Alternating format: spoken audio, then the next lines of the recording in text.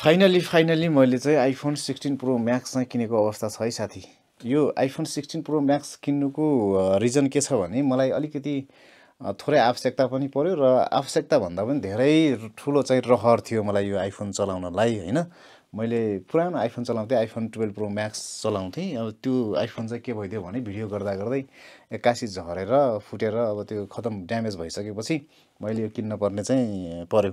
र यो आइफोन चलाउने खासै मेरो हैसियत त होइन, हैसियतको कुरा गर्ने हो भने साथी अलिक गतिलै एन्ड्रोइड फोन चलाउने हैसियत पनि होइन। अब यो 2-2.5 लाख रुपियाँ कमाउनलाई वर्षौँ लाग्छ हामी जस्तो मान्छेलाई।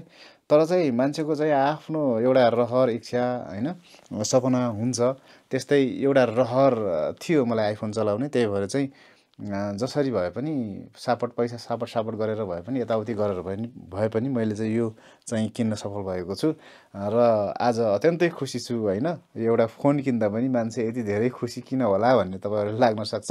तर हामी जस्तो मान्छेले चाहिँ के हुन्छ भने सानो मान्छेको सानै सपना हुन्छन्, सानै रहरहरू हुन्छन् र त्यो रहर पुरा गर्दा जो पनि अब खुसी त भइहाल्छ होइन, अभियसली खुसी हुन्छ।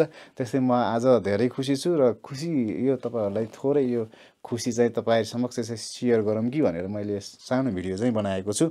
र आइफोन 16 प्रो म्याक्स नै मैले किने भने यो अलिकति अपग्रेडेड भर्जन पनि पर्यो, नयाँ भर्जन पनि पर्यो। र अर्को कुरा यसमा चाहिँ एउटा 3वटा यसमा क्यामेरा हुन्छन् सबैको आइफोनमा होइन। र यो आइफोनको 3वटा क्यामेरामध्ये एउटा क्यामेरा चाहिँ 0.5 वाइड एङ्गल क्यामेरा भएको कारणले गर्दा मैले चाहिँ यो नै किन्न पुगेँ। किनभने मैले चाहिँ अलिकति वाइड भ्यूबाट भिडियो खिच्ने भएको कारणले गर्दा यो चाहिँ किन्न पुगेको छु।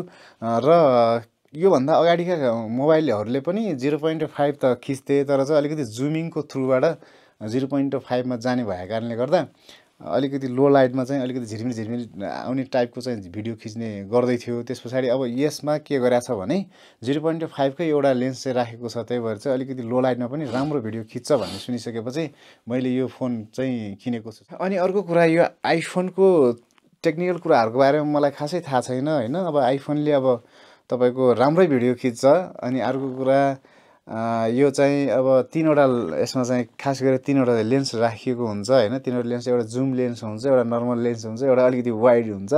तपाईँहरूलाई अब विभिन्न अब खालका भिडियोहरू कन्टेन्टहरू बनाउनु पर्ने हुन्छ अथवा फोटोहरू खिच्नुपर्ने हुन्छ, त्यसको लागि एकदमै राम्रो गर्छ यसले होइन। त्यही भएर पनि यो आइफोन नै बेस्ट छ। अर्को चाहिँ अलिकति प्रिमियम क्वालिटीको हुन्छ, बाहिरबाट यसका कभरहरू पनि मजबुत नै हुन्छन्, सानोतिनो ठक्करबाट यो टुट्दैन।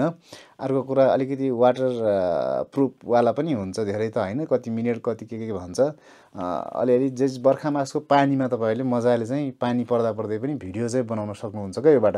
त्यही भएर पनि यो चाहिँ दामी छ। तर अब पैसा टन्नै छ, अब 2-2.5 लाख रुपियाँ हाल्नुपर्छ भनेपछि अब त्यत्तिको फेसिलिटी त हुनै पर्यो नि साथी होइन त। र अब कस्तो लाग्यो त यो